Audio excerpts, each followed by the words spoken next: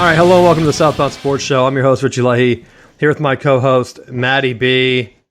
And I know you had a rough weekend. I was worried that for your safety, I was going to have to check in on you. You had the Cardinals get eliminated by the Phillies, which the Phillies just suck. We've been talking about that in our cold open. You can listen to that if you go to patreon.com/southboundsports and sign up for our Patreon if you want to hear the extended version of the show. And then Florida State, man, which we're going to talk about later in the show. I don't know how they lost. That's almost like a fireable offense to me. No. Matt, NC State pulled a Cardell Jones. They just put a guy in that didn't even pass. And Florida State was like, you know what? Nah. We're just gonna let you guys come back. We're not gonna score at all. We're not gonna do anything in the second half here.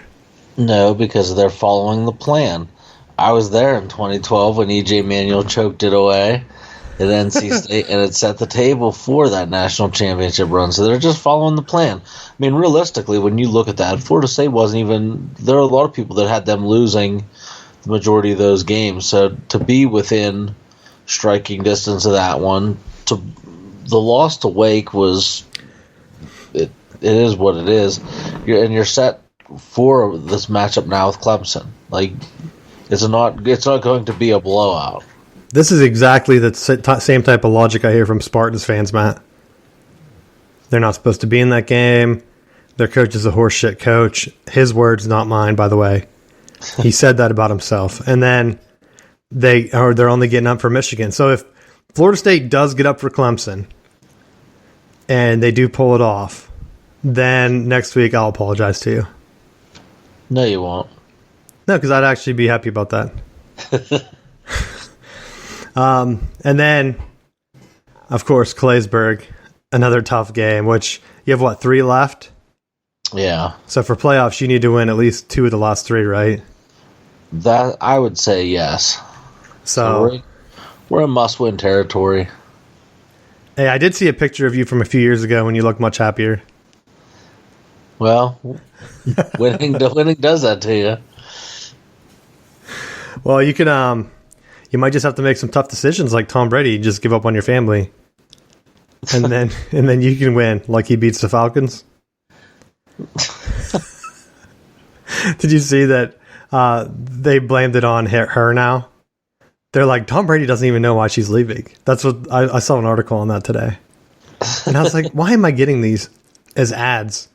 Because they're basically like ads or like recommended, hey, you should really read this, which on off topic, like I really hate the Twitter that like somehow the Southbound Sports Twitter got changed to like their featured feed, which it was the most garbage thing I've ever read.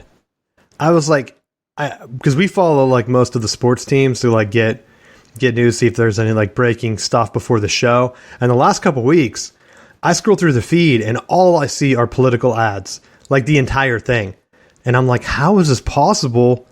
Because I don't follow any politics. I literally only follow like every professional sports team.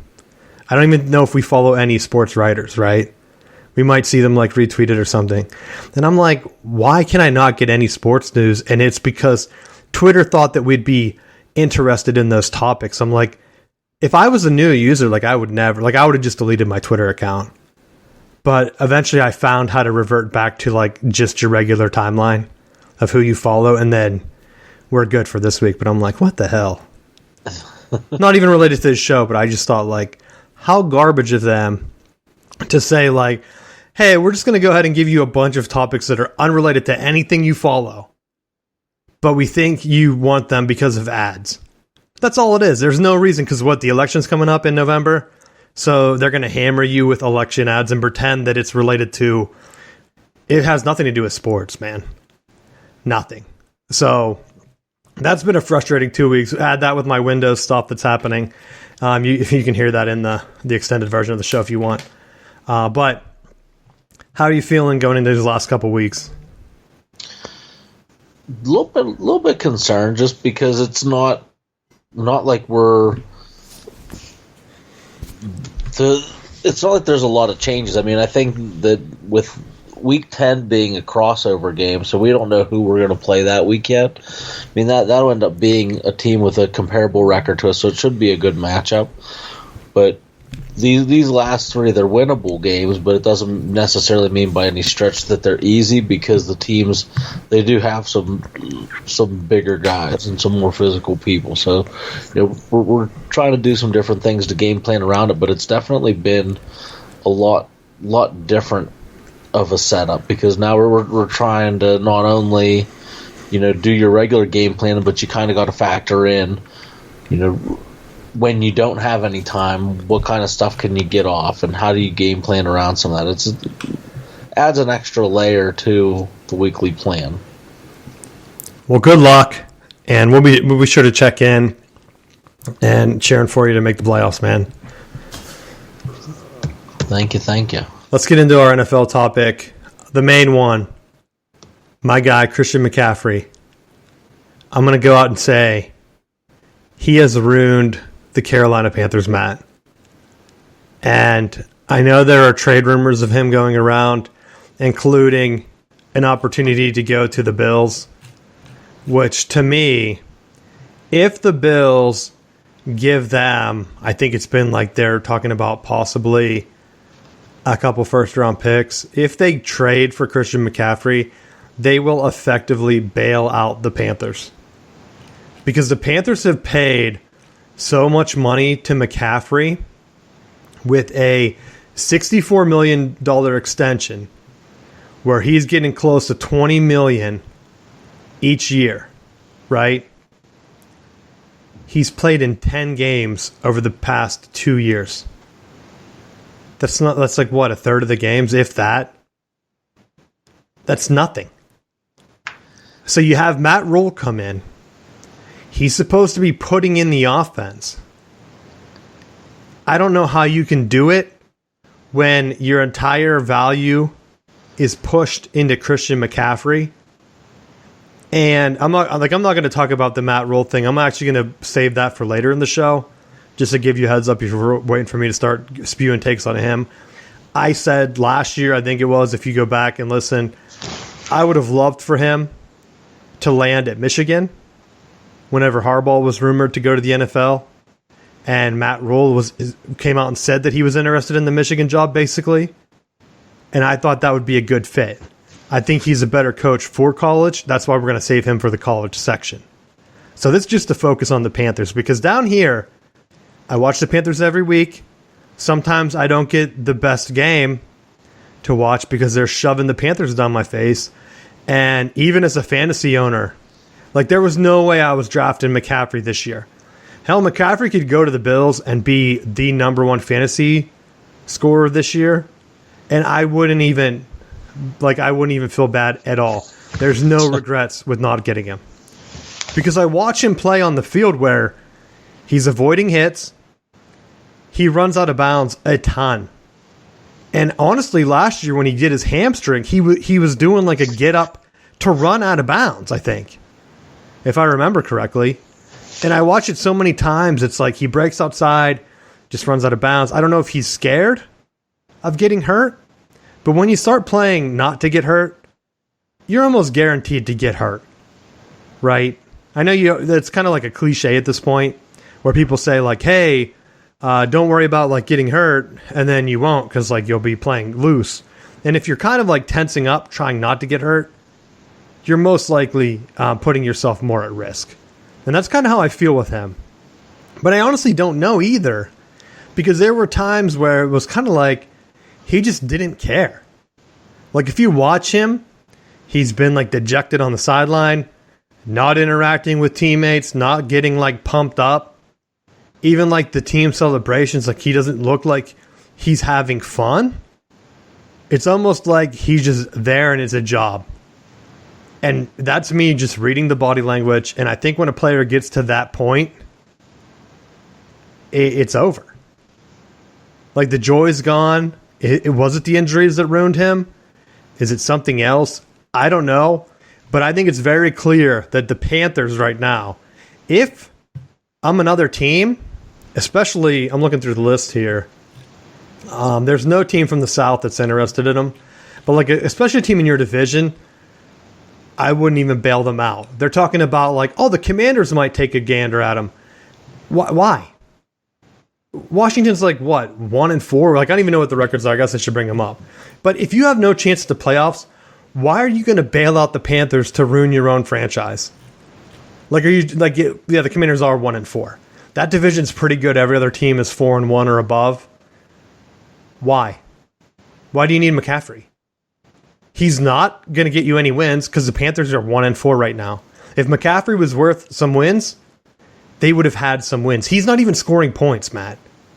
I feel bad for Baker Mayfield because I was high on him. I thought that Matt Rhule getting in there would run a good offense, have Baker like kind of get explosive, like, out there, put things together.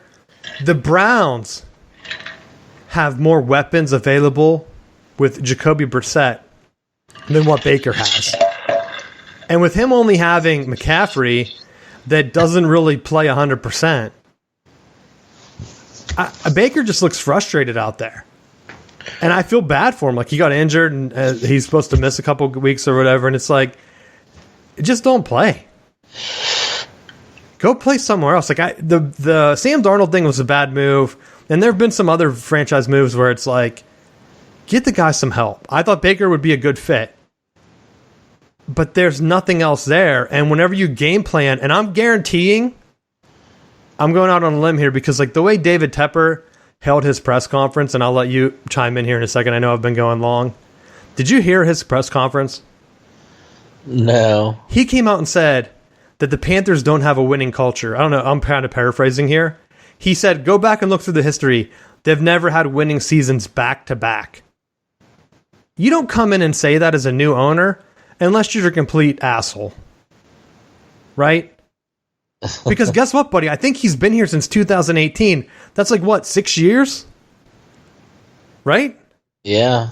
So 6 of those years, you haven't put together 2 winning seasons, buddy. Like, there are teams that turn it around almost immediately. And so I don't know why you're giving shots on the franchise, how they're trying to do it right and build a winner. You're not. You're not doing jack shit, buddy. You overpaid for McCaffrey. You buried the Panthers. You buried them. And now the only way you get out of it is if you can trade him and have another team bail you out. So I want to get your thoughts on it now, Matt. I almost wonder if McCaffrey realized how bad Carolina was and was just like, it's not worth my career. And then just kind of gimped up, like milk those extra days off. And then if he actually does go through with this trade to Buffalo, how magically he'll become healed because he'll be in the middle of contention for a big playoff run and a chance at a ring. I don't know, because I've got a better feeling. So I did look it up. It was 2018 he came in. And I know it'd been probably, 5 years, because 2022 doesn't count yet. They're only a couple games in. But my feeling was, and this is just me reading the situation and watching the games, when they had Cam in there, a guy that could, push the pile himself and take a lot of the hits, kind of like a power running quarterback, McCaffrey was a lot better, right? I think McCaffrey would have did well with Ben Roethlisberger. He's kind of like a Le'Veon Bell, where you're not going to be able to take over the game and take a bunch of hits. You're not Jerome Bettis. You're not Derrick Henry, right? And so having that type of quarterback is perfect. What the Panthers were trying to do with them were almost like, hey, we're going to feature you kind of like a pro running back. Like I don't know if they were like focused on what he was doing at Stanford, but that's like totally different because in college, you don't take the hits you do in the NFL. It's pretty clear like McCaffrey couldn't hold up. And for you to not put him in a better situation, like it was almost like, why not just go back to 2 running backs, get a power back in there if you're going to go pro, and just go back to the old pro split. Have McCaffrey on one side, or like hell, even do like a modified pistol or something. I would have liked to see them get creative. I would have liked to put Sam Darnold in a modified pistol with a power running back behind him and like maybe McCaffrey off to the side, almost like a wing, but he's still in the backfield where he can take like some jet sweep action type stuff, or take screens, or do like some other things, and then you're able to run counter with the power back in the back. And I want to see someone like get creative like that, because you're not under center anymore. You're still in the modified pistol.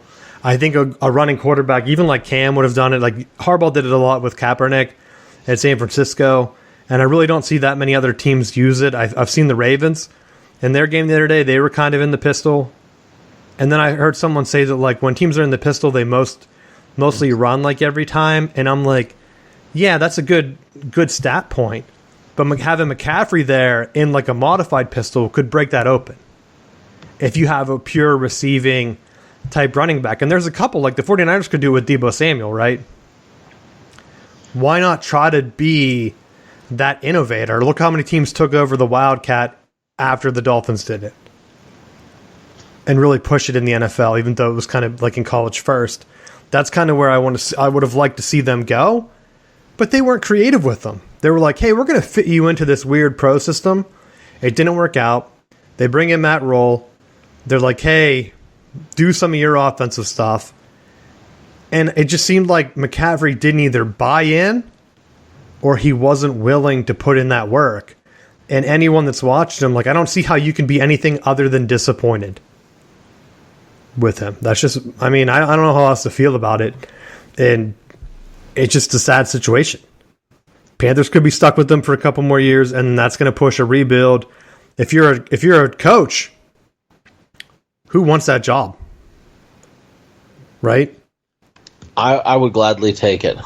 Because for the next 4 years, Matt Rhule's going to get paid like $860 million to just hang out at home. Like, I would gladly do that for a short stint. They could fire me, and then I'd just be chilling, collecting a check. Well, you would be up against John Gruden. He's trying to get back in. Don't even start the groomers. Except the groomers aren't going to be anything now because people are looking at Tennessee being undefeated right now. Would you think it would be different if John Gruden had been there and hired first? I think things would be a lot different. I'd have to cheer for John Gruden on the show a little bit and Tennessee a little bit. Nah, I really don't care about them either way. The only SEC team I like is when Mike Leach is there. I kind of like Lane Kiffin still too, but I won't cheer for like Tennessee. I just don't care. You know? But if John Gruden was there, would have to have it as a talking point every week. Anything else you want to say about like the Panthers? That's the first head coach fired this year, right? Like Scott Frost. Well, I'm talking about in the NFL. Yeah. What do you think? There's some rumors that like Canada's going to be on the block, and well, that's what I was going to bring up next. What do you think about the Steelers coaching staff? What do you think happens there? You know, I don't know. I have mixed feelings because I feel like the famed Tomlin saying the standard is the standard, but quite honestly, the last couple of years the standard has been barely make the playoffs. Was I right or was I right with the Bills? Why the hell would you throw Kenny Pickett into that situation? But that was an ass beating 5 minutes into the game. Yeah. I'm like, anyone can look at that situation and say, hey, put your finger on the schedule. Where do you think Kenny Pickett should start? No one would have put their finger on the Bills game. No one. Right? But I think like they're a team in desperation right now that's looking for a spark.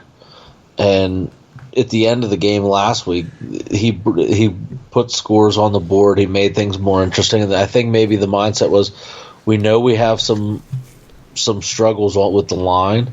Maybe we'll just start him, and he'll just run around like Roethlisberger did early in his career, maybe make some plays. Or get killed. And he did get killed, and they did get into some fights.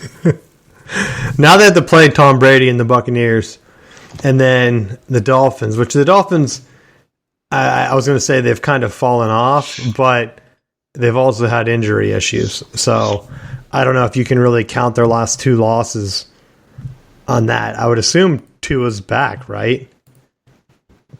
Someone was calling for him to retire. But then they also have Bridgewater in concussion protocol.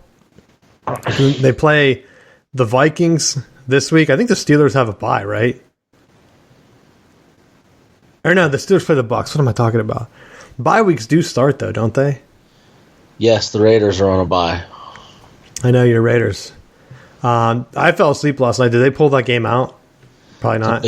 That's a big negative. I didn't think they would. They had the lead for a bit. I think they had a shot to win, but then they lost.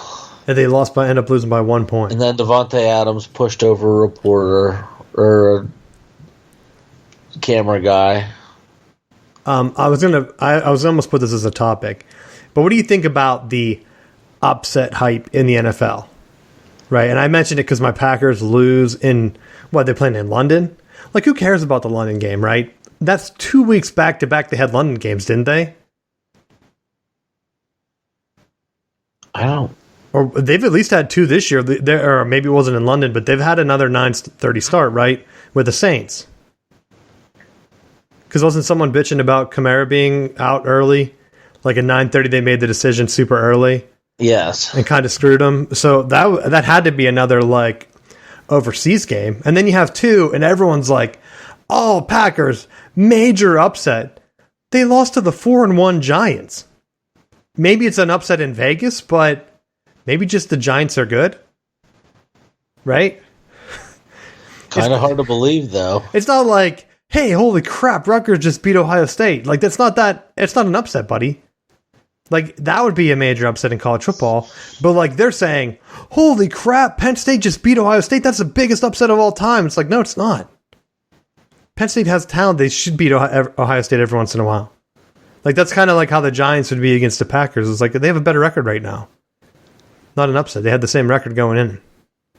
So that was, like, my beef. It's like, are you trying to hype these up? Because I always hear, like, what makes college football more interesting? It's like, yeah, there are a lot of blowouts. There are a lot of blowouts in the NFL, too. What made the NFL better for a while was like when they had the Sunday ticket that you could just pick games. And I think if they brought that to their app, instead of having all these blackout rules and like local games where if you could just pay a flat fee for NFL Plus and then on your remote, like they have, like you press up or something and then they had all the games there and you could flick to the one that had like, they had Red Zone where like any team that was about to score, they would switch to automatically, or you could just pick a close game, right? I think people would be more into it. College football, you have that opportunity because at any given time on Saturday, each time slot has like 6 different games, 7 different games, maybe up to 10 if you have like the streaming networks, where if most of the games are blowout, you're most likely able to find one game that's not. And the NFL, sometimes you don't have that luxury. It's a blowout Sunday night, just turn it off, right? Yeah. It's a blowout Saturday night, oh, let me just turn on ESPN or CBS then or whatever the other channel is. Like, I got 5 other games on.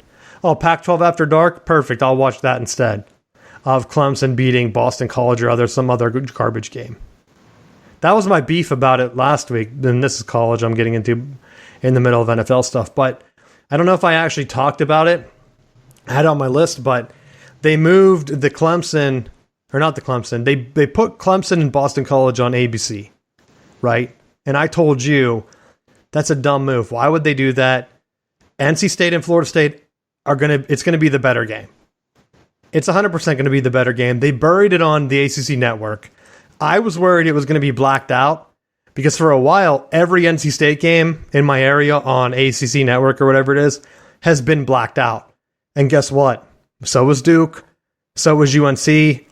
It's almost like a fourth or a third of the league.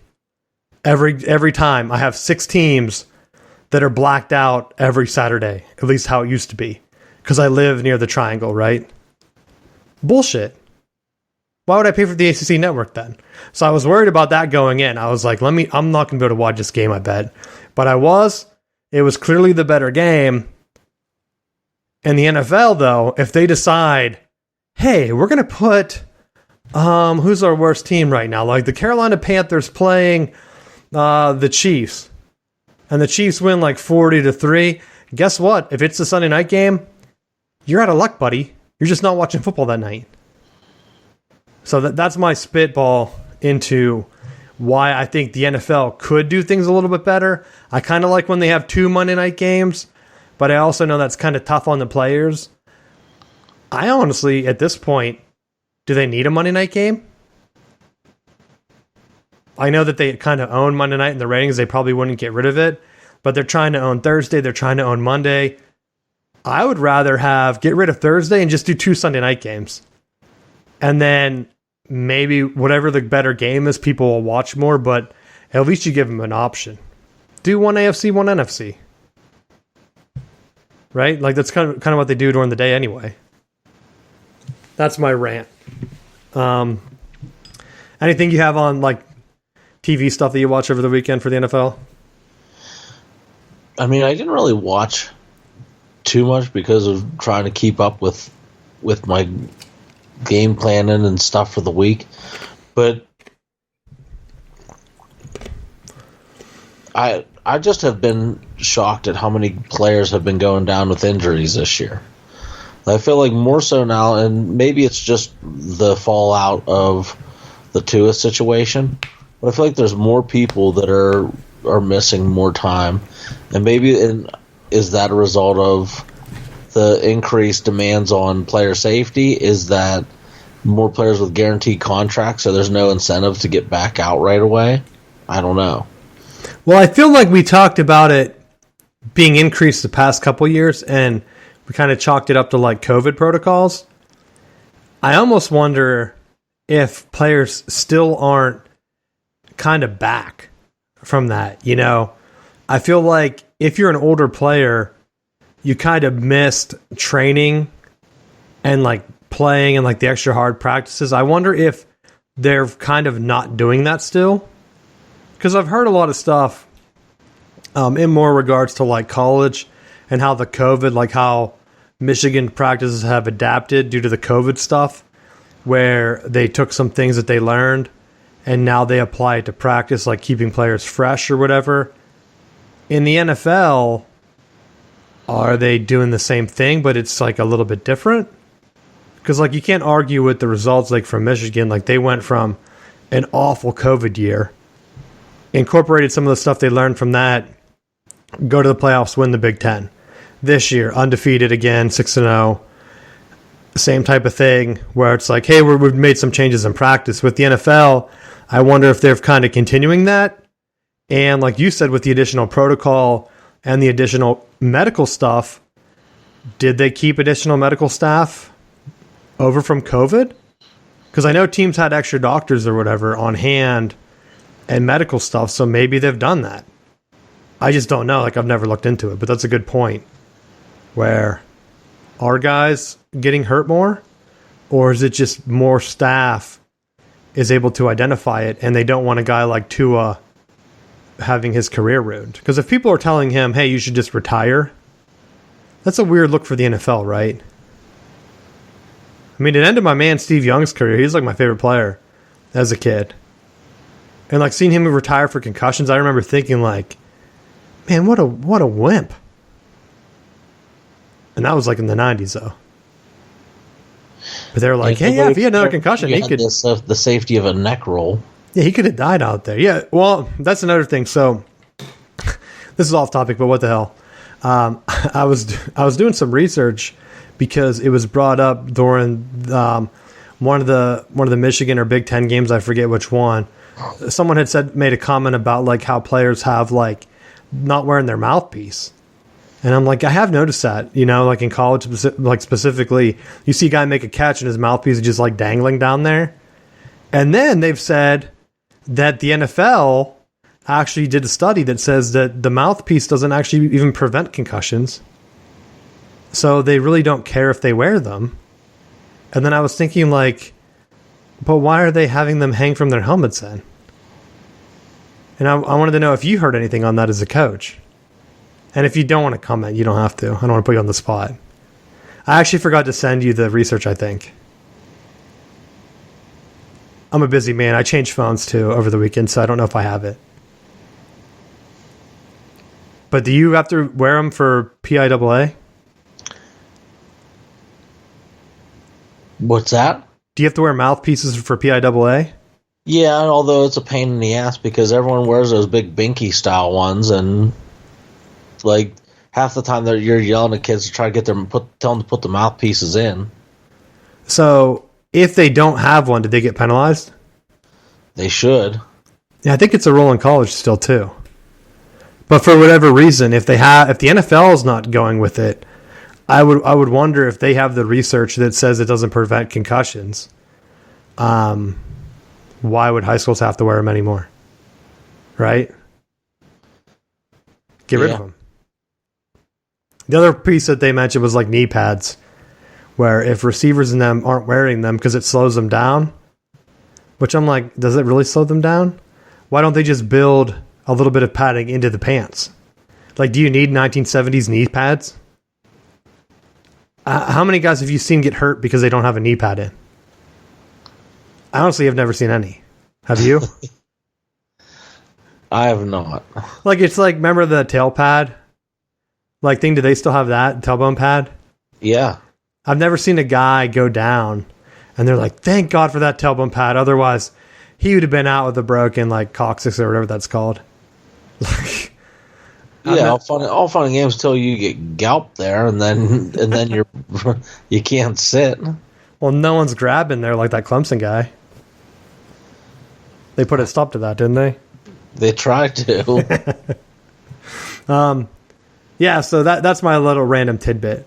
That the NFL has supposedly done some research on mouth guards and saying that they don't prevent concussions. I wonder, like in boxing, because everyone kind of just assumes that they are, but that has to be like a 19th or 20th century, like the 1900s when they came up with a mouthpiece. Do they prevent concussions? You would think if you believe through like evolution type stuff, why would man evolve where they would easily get concussions, right? Unless they put something in their mouth that isn't natural. Like were cavemen putting mouth guards in? So they evolved to need it? That's my... But were cavemen getting punched by Mike Tyson? Were they running into each other? Probably. Fighting over fire sticks? But they weren't being hit with the power of the champ. Did Mike Tyson... Did he even have a mouthpiece in? How did he bite that eater off? See? If he had a mouthpiece in... He had a mouthpiece with the teeth painted right on and made it easy for him. He had a Halloween... Well, that's what someone told me, because I did ask another coach, and they're like, I was like, what do you think about the mouth guards? And they're like, well, some players just like wearing them because they can get ones with scary designs on them. I'm like, all right, cool. Great scientific piece. I'll add it to the show. Wear ones that look cool. No, you wearing them for safety? Like, no, I buy the brand that has the biggest one that has like teeth or like scary things drawn on it. Awesome, guys. Great work. Way to put the mouth guard to use. But I'm going to keep an eye out this week for the NFL. I forgot to look for it in the NFL. I'll try to bring the stats next week, although I'll probably forget. But maybe I'll text you. The other thing with that, though, the Ravens analytics, right? Did you watch a Ravens game? No. I don't know who was announcing it. If they brought up the Ravens analytics team one more time with, I would say, absolutely zero understanding of what the analytics team does, because they kept saying that were they tied with the Bills when they went for the fourth down? I want to say yes. Yeah, because they lost 23-20. So they were down. I'm looking at the recap right now, or I guess it would be not the box score. What the hell? Maybe it's the box score. Where's the scoring thing on here? Oh yeah, it's right up here. Yeah, it was 20-20 at the end of the third quarter, right? Baltimore has the ball. They're going down. I'm looking to see if this says where it was. Yeah, they were down at the Buffalo 2, 4th and goal, right? There's 4 minutes left, Matt. 4 minutes and 15 seconds. It's a tie game.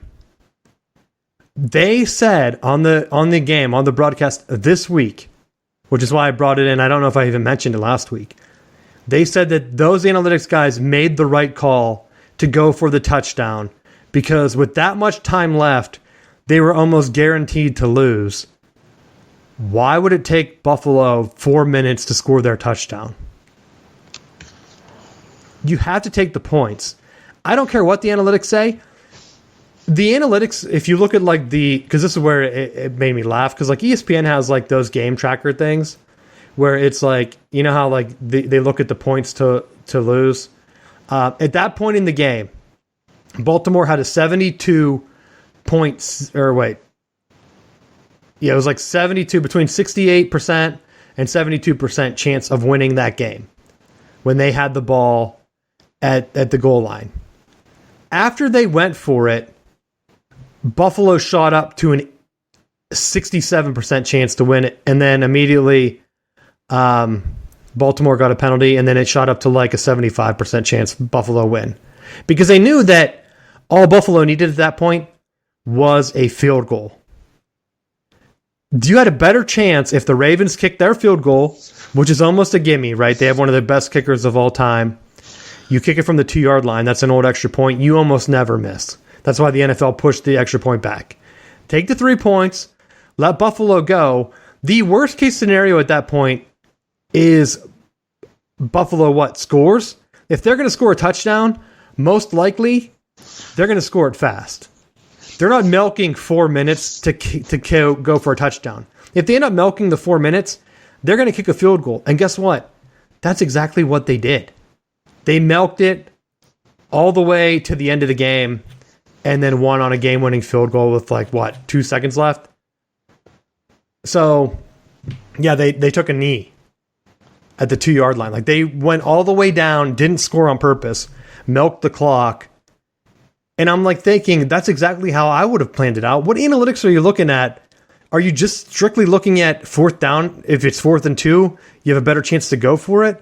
Well, yeah, no shit. Everyone tells you to do that. If you start going for it on 4th down every time, you're a good chance of making 3 yards. But not when the game is on the line in a tie game. If Baltimore had the lead, then yes, try to get the touchdown and put them away. In a tie game, there's no stat that says don't take the points and let it be a tie game and give the other team a chance to win with a field goal with 4 minutes left. You'll lose almost every time, I think, in the NFL, especially to the Bills that have a great quarterback that's playing hot. What do you think, Coach? Yeah, I mean, I agree. There's times where, I think you want to try to use the analytics to say that I want to play this. We want to make them drive the field, or there's stuff like the end of game time to take a knee, or the 2-point conversion charts. Like, there's some of that stuff that it is important to take into consideration. But at the end of the day, I think you always play on the side to take the points, and I think that the points are hard to come by, and when you're trying to bypass something, we're gonna make them drive the length of the field, like that's a tough situation. Matt, you can. I'm going to put this in terms that people can understand. The analytics team and Baltimore hyping them up as being like the best in the NFL. How come I only hear about them making awful decisions time after time again? It's almost like you go to any town in the United States and you find the world's best hamburger. How's that true? How is that true? You have one guy hyping it up? Or you see a guy outside Walmart selling you the world's best sneakers out of his car? Oh yeah, perfect. Let me get in on that. Because if they are the world's best, you definitely need to buy them out of someone's car or their van. Which, on an off topic, I've bought wine from a van before, which I will say that's a very risky move. So if you're willing to take a gander like that, a gamble, like Baltimore, I could come around and say yeah, you know what? We do have the best analytics team. It's perfect. What decisions have they gave you that made you win the game? Well, they told us that if it's 4th and 2, you should probably go for it. Well, did you do it? Did you get it? Well, no, we threw an interception because we needed a touchdown. It's well, that's kind of dumb. Why did you not take the points? Well, the analytics, they didn't really plug that in. Like, we're looking with we're one of the first analytics teams here. We barely have the stats to look it up. And they didn't really account for the tie game. They were just looking strictly at the numbers for the fourth down. Because I guarantee that's what they were looking at. Didn't care about the tie game, not taking the points. If you had the lead, guess what? You have a better chance of winning. Right? Buffalo could have did anything. They could have fumbled the ball. They could have muffed the kick. They could have took a sack that took him back. Tipped the ball, interception, a fumble, like anything could have happened. And if you have the lead, guess what? But I mean, I think what would have happened if they kicked the field goal, it goes to overtime. And the guys kept saying, well, Baltimore must not trust their defense. Buffalo didn't score the entire fourth quarter. Like, the defense had been slowing them down. And, like, they forced a punt. Buffalo's actual drive before that Baltimore drive, they had 3 plays for negative 11 yards. What would make you think, oh, yeah, that's perfect. They're coming in really hot from that last drive where they went negative 11 yards, Matt. Perfect. So he was sacked for negative 12. That's basically what happened on third down. After a 1-yard run and then an incomplete pass. How do you know they don't do that right away? And that's one of those things, too, that, like, you can't, even with your analytics, you can't take into consideration if your defense is playing well and you're shutting them out. If I feel confident they can get the stop, I'll take the points even at a higher rate. That's why I think you take the points every time. I'm a guy that always takes the points. I always say to take the points. That's kind of where I'm at with it. And when you look at a situation like that, the fact that a lot of time in that broadcast from the game this week where they played the Bengals, I don't even know what day that was, but they ended up playing the Bengals, and they keep talking about like how Baltimore, man, remember last week when they were in a similar situation and they didn't take the points and blah, blah, blah and all this stuff, and it was coming down to the end of the game, and I thought, if they blow this game, not that I want Baltimore to win, as they settled for a game-winning field goal, but like if they would have went for it or like try to do some other BS, because it was 3rd and 2 with 46 seconds left, and they had talked about like, what if they don't get it? Do they go for it again on 4th down? It's like, didn't they learn their lesson last week? I know that Cincinnati could win with a field goal, but you're only giving them 40 seconds. Even if you go for it, like just run it. They did run it and he got it. Like run it and try to run some time off the clock and kick the field goal. That's all they needed to do, and that's exactly what they did. If it would have been 4th down or whatever, and Bengals would have been able to get the ball back, it wouldn't have mattered. Like, you should never put yourself in that situation. Take the points. And if you miss the field goal, you can at least say, like, hey, we tried to take the points. You go for it on 4th down, everyone's like, what the hell were you doing? They did that last year, too. I can't remember what the game, but I think that's all I have for the NFL, at least from my talking points. Oh, no, I did have one more thing, but I'll get... Do you have anything else to talk about? I just had it as a tidbit here, because I was debating, do I talk about McCaffrey this week, or do I talk about Russell Wilson? He has a torn lat muscle, which is like the muscle in your back, under your arm, on his throwing side, right?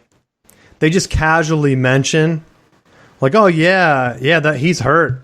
He's been playing hurt. Is that what makes you make bad reads? Like, they go for the game-winning touchdown, right? They have a guy wide open. Instead, he throws into coverage. And I don't even know which the receiver was. One of the receivers was wide open. Russell didn't see him. And they're like, well, you know what? His back was injured. Yeah, perfect. See, and the petty side of me with that would have been just to hand off because of how much grief he got in the Super Bowl. But even if it wasn't the right play, just hand it back. See, hand it off. Look what happened. Well, they did talk about that. They're like, he should have ran the ball or whatever. And I was thinking, like, yeah, they could have just did that. But it's also like, hey, they drew up the great play. Maybe Russell Wilson is the problem. I've been saying it for years now. I noticed that he falls off at the end of the season. I don't know how the Broncos team didn't look at the tape and say, like, yo, this guy falls off late in the year. Let's trade for him and see what happens. Maybe Mile High Weather does, like, a good thing. Don't extend the dude before the season. For 5 years of that now, Because they basically McCaffrey'd themselves. That's why I was almost had a joint headline topic. The Broncos and the Panthers right now, their franchises are kind of sabotaged because they went all in on dudes that are hurt and fade at the end of the year. McCaffrey with the Panthers, and I feel bad for Matt Rhule. That's going to be my transition into college here. But with Russell Wilson, it's like they hype up how great the Broncos were and how great their front office is with John Elway. The only great thing they've ever done is have Peyton Manning come in and tell him that he can do whatever he wants. That's it. And they had Von Miller there, right? They get rid of him, and then they've been nothing ever since. So bringing in Russell Wilson and then saying like, oh yeah, he's hurt, but don't worry, he'll be good for the next 4 or 5 years of this contract, whatever it ends up being. I think it's 5 years total, right? So they have 4 more years of this. What joy for Broncos fans. I don't even know. They're 2-3 right now. They could make the playoffs still. But I don't see how an injured Russell Wilson, when you feed him that much money, gets the job done. That game was boring as hell. They say Big Ten football is boring. You can't watch college football. Those teams can't even score on offense. Look at Iowa. That Colts game with the Broncos was basically watching Iowa, Illinois over the weekend. Right? They should just hire Brian Ferentz, Matt. The Colts. He's right there. He can fly over from Iowa. He can call both offenses. I don't know how you can put that together. It's just embarrassing at this point. That's my last NFL thing. You have anything else to add on that? You like Russell, don't you? He's okay. Yeah, but you want the Raiders to win that division, so you're probably happy with the down Broncos team. There we go. Can't be the worst, right? The Raiders can't be the worst if the Broncos are the worst. Battle for last, baby. Let's get into college. So Matt Rhule gets fired. And I mentioned earlier in the show that you're hearing about him coming back to college. Last year, it seemed like he wanted to make that jump. He was done with the NFL BS. I thought them getting Baker Mayfield, a college-type quarterback still, would have held things open. Watching them, though, that offense was built through McCaffrey, and it almost felt forced, right? And I don't want to just throw out speculation, but to me, it looked like he was kind of told, yo, we're paying McCaffrey this much money. Make sure the offense runs through him. And I think they would have been better if McCaffrey was on the bench. That's my opinion on it. I think he can still put things together. I think Matt Rhule is going to be available to go to college. I don't know what the buyout situation is, but people are always like, oh, well, he has to wait a few years for his buyout like he's Charlie Weiss or something. It's like, he doesn't have to. They're paying him millions of dollars. They might just pay him less, but he's going to be making up the difference by coaching somewhere. Right? That's typically how it works. You hope that another team hires them so that your team's not on the hook for as much money. That's why coaches taking the analyst position at Alabama and taking it for $30,000 or whatever they always brag about, Matt. Look how these poor coaches are only getting paid $30,000. Yeah, he's getting paid an extra $10 million from Carolina, though. So who cares if Alabama's only paying him $30? The rest of his contract's still getting paid. That's how they get around that. People don't realize it for whatever reason. I don't know if they don't think that they think that the buyout just gets washed away. No one would ever go back to coach for Alabama if their buyouts just disappeared and Nick Saban was giving him $30,000, right? That'd be the dumbest move of all time if you're a coach. He would get no one in that position. So I don't even think Matt Rhule has to do an analyst job or whatever. I think it depends on what he wants to do. Remember, he coached at Baylor. I know he's an East Coast guy. I think West Virginia could be an interesting fit for him because he knows the Big 12. He's built programs up. West Virginia's Neil Brown, I believe, is their head coach. He has not worked out. West Virginia should not be, and in terms of talent, I know their recruiting rankings are kind of low just because they recruit heavily from areas that don't seem to get a lot of recruiting attention from the big boys. Virginia Tech's very similar. They really hit that Tidewater area down in Virginia through Eastern North Carolina that has big time talent that the recruiting rankings kind of ignore. And I think that if those teams actually went back to recruiting that area instead of shifting towards Florida, I think that's kind of why Virginia Tech has kind of fallen off. but I'll leave that as is. I mean, Virginia Tech's also another interesting landing spot for him if he wanted to stay kind of on the East Coast. I've been hearing Wisconsin. To me, you don't fire your coach in hopes of like promoting your defensive coordinator, right? I think that was what the initial rumors were why they fired Chris so early. And then throw that all away to get Matt Rhule. It doesn't make sense to me. The Big Ten team I think he would land with is Nebraska. Why? Nebraska has money to throw around. They've already had Scott Frost, though, so that makes me kind of worried. Like, why would you bring in another offensive guy? But Matt Rhule's built programs from nothing everywhere he's been. He built up Temple. He built up Baylor.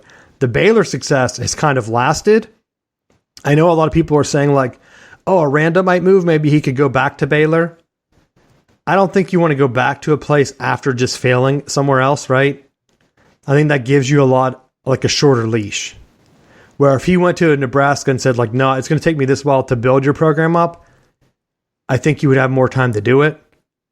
The only other coach that has really built programs like that has been Urban Meyer. Is Nebraska going to be able to land him? I don't know. They said about, well, Nebraska, Matt Rhule doesn't recruit there. He recruited Texas, so at Baylor. So to me, going to Nebraska and getting them back into the recruiting right in Texas right away, I think would be a major step in the right direction for them. So I think Nebraska, to me, would be the leader. Although I still think you make Urban Meyer say no. What do you think? I kind of think the same thing. I kind of like the landing spot in Nebraska for him because I think that he has some of that Midwest atmosphere or like connections in that spot. Plus, I would like to see him succeed in the Big Ten just to piss with you. Oh, I like Matt Rhule. He's a Penn State guy. I'd rather have him succeed at Nebraska than Penn State. We don't need another beast in the Big East, right? Big Ten East. Franklin, I've seen him choke a bunch of games away. I'd rather Penn State keep him. I don't care if there's a Western team that's good because that kind of creates a balance where, hey, if Ohio State beats Michigan at the end of the year and then they beat a really poor Northwestern, that doesn't provide a bump to Michigan. Where, on the other hand, if Nebraska is like undefeated, Michigan is undefeated, they barely lose to Ohio State, Michigan and Ohio State could potentially both make the playoffs then. And this is a 14 playoff, and a 12-team playoff, it wouldn't matter. But I think like having a strong team in the West, where if Michigan and Ohio State go down to the wire, think like 2016, right? Michigan loses. Ohio State then takes on an undefeated Nebraska and just absolutely kills them. I think that puts both teams in, Michigan and Ohio State, in the playoffs. Right now, it's like, hey, the Big Ten West is so bad that if Michigan lose to Ohio State this year, and there's like a close between a couple other teams, there's no like situation where they're like, well, Ohio State did beat them. We don't really know how good Ohio State is. Where if, on the other hand, you have an undefeated UCLA or USC come from the West and Ohio State were to like just boat race them, or vice versa. Like last year, Michigan beat Ohio State. If Michigan, instead of playing Iowa and beating them 42-3 or whatever it was, what if they had beat an undefeated USC that bad? Does Ohio State get that other spot over Cincinnati then? Because they're looking at it and saying, well, I mean, crap, they only lost to Michigan and Michigan just killed USC and everyone was hyped on them. Right? It's the SEC effect. You bring it up all the time. SEC just keeps beating each other up and they're all at the top, so it doesn't matter. No one falls. They just keep rising, Matt. That's my beef with college this week. Clemson beat up on a crappy Boston College team. Michigan beats up on an Indiana team. Clemson, the AP poll had Clemson jump Michigan, and I thought, why? Like, there's no metric where Clemson's ahead of Michigan. So that it helps get Florida State back into the polls when they beat them this week. It's almost like a preemptive, well, if Michigan beats Penn State this weekend, what happens? Do they jump Clemson again? Because Clemson's playing Florida State, right? Yeah. So are they just going to say, well, we know Florida State's not going to provide that big of a bump, But if Clemson beats Florida State and Michigan beats Penn State, and let's say they're both 10-point wins, Michigan should jump Clemson, right? They had similar scores last week. And I want to say, if they said Michigan really struggled in the first half, Michigan running back coach Mike Hart, prayers out to him and his family. He went down on the sideline with a seizure, and it clearly shook Michigan's team to the point where Michigan went down and they scored immediately in that game. I think it was 7-0. I don't remember exactly when he went down because I was kind of like taken aback too because they stopped the game. Both of Michigan's running backs were crying on the field. And I'm not like calling them out to be like, oh yeah, whatever, but that's a big deal to have a coach go down, and he's Michigan's run game coordinator. Of course the first half is going to be a mess after that. Yeah. They said he called in at halftime, which, I mean, I was worried about him. I was texting you guys because I was like, what happened? I didn't even recognize him because he had put on some weight, so I was worried, like, are there other health things that are bumping up with him? Because he's a year older than me. I knew he was around my age. And that's always shocking, too, whenever you remember guys who like played in college when you're in college and they're going down. It makes you like realize, like, whoa, that could have been me, you know? So I was really shooken up just watching the game. I was like, I don't even know if I want to watch the game at this point.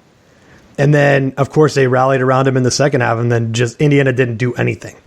So I don't see how you could say, well, they really struggled. It's like, well, they had a coach go down. People were saying that, oh, I could have shook that off. If you're at work and you watch like a coworker go into a seizure, which is what they reported that he had, I guarantee you don't go back to work like nothing happened, right? And that's your coach. He's like a dad kind of figure for some of those guys. So I hope he's doing well. I think he put out some things. I saw James Franklin give a shout out to him at his press conference. So did PJ Fleck, which I thought was nice, considering like he worked there. Some of the Indiana fans at the game like didn't even know who he was. Mike Hart coached at Indiana for like 4 years. And it's like, you guys don't even know who he is? But maybe they couldn't tell because he put weight on. So then it became... Yeah, but it was only like, well, to be fair, it did look like in the picture, he grew like a goatee and stuff. He did kind of look different, but I would be like, you don't recognize your running back coach name? Whenever they were like good, I think he was like their offensive coordinator or whatever. Now he's like Michigan's run game coordinator. And so like you're kind of losing an offensive coordinator. It reminded me of like Jerry Kill. Remember when he would like have him at Minnesota? Well, that staff knew that he had him, and it was like a known. Like he'd go down, and the guy, like the next coach, would just step over him and just be like, "Here's the next play." Yeah, with Mike Hart, like they had no idea what was going on. I read some reports of like fans at the game saying like he went down, and the players didn't even notice it first. So like people were like yelling to try to get help for him because they didn't know what was going on. But it looked like, I guess he like clutched his heart, because I thought when he clutched his heart and they were kind of like holding him like that, I knew it was either probably a seizure or like a heart attack or something, right? So I didn't know what was going on, and that's me watching from home. So I can only imagine how tough it would have been for those guys. But we'll see what happens. We'll kick into the final bell here, and we'll keep talking some college football. You have anything else you want to hit, Matt, before we wrap up, though? No. I know that's the big game. There's a lot of actually ranked games this week. Who do you have between, we'll start with Michigan and Penn State since we're on it. Who do you have in that game? Is that the big house? I would say probably Michigan. I have Michigan too, and my reasoning is I've seen Brady Hogue beat James Franklin in the big house, and I think he hasn't performed well. I think their only win in the big house was that COVID year where Michigan was like depleted. So I like picking teams that have the advantage like that, where if you want me to pick you, Penn State, you got to show up. I still remember the game where it was like 28-0 at halftime, and Penn State came out in the third quarter and kicked the field goal. And I thought, this game is embarrassing now at this point. Like, I already thought it was over 28-0 at halftime, but you always wondered, like, are they going to come out and score and get right back into it? And when you settle for a field goal, and I think it was like a short fourth down, and they're like, kick it for 28-3 now, I thought, well, they're not even trying at this point. So that kind of also shifted me. What about another big one, Tennessee and Alabama? I'm trying to see where it is, though, real quick. Oh, where the hell is it? I think they played this week, don't they? Yeah, it's at Tennessee, 3:30. And that'll be a good... that's crazy that Tennessee is making the strides that they are. They're going to jump Michigan next, man. Because if they beat Alabama, they're going to jump them, right? Even though Penn State's ranked in the top 10. Do you think they upset them? I think they're vulnerable for it. I don't know that they have the discipline to beat Alabama. But I don't think Bryce Young's back, is he? I don't think that matters. Like I do. When you have the amount of star power and just flat out speed that Alabama has right now, like you have to beat them. Jimbo Fisher's kind of laid out the playbook for it. That I mean, it's played ball control offense. It's being patient, and it's not turning the ball over. That's why I think Tennessee beats them. I think this is the year. Bama's been so close many times this year. Texas and A&M. I think Tennessee is a better Texas. I think that they get the win.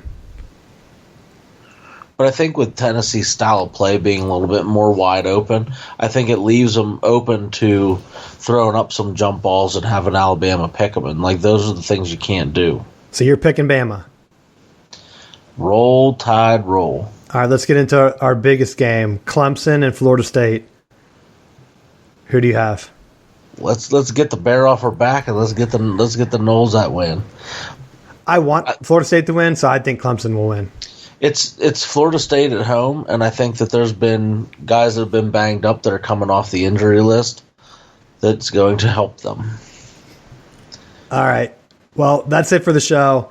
If you want to keep hearing more, go to southboundsports.com, click on the Patreon link, and sign up, and you can hear the extended version of the show. We're going to hit the what am I even talking about? We'll hit the final bell right after we're done here. So thanks for listening, and we will see you next week.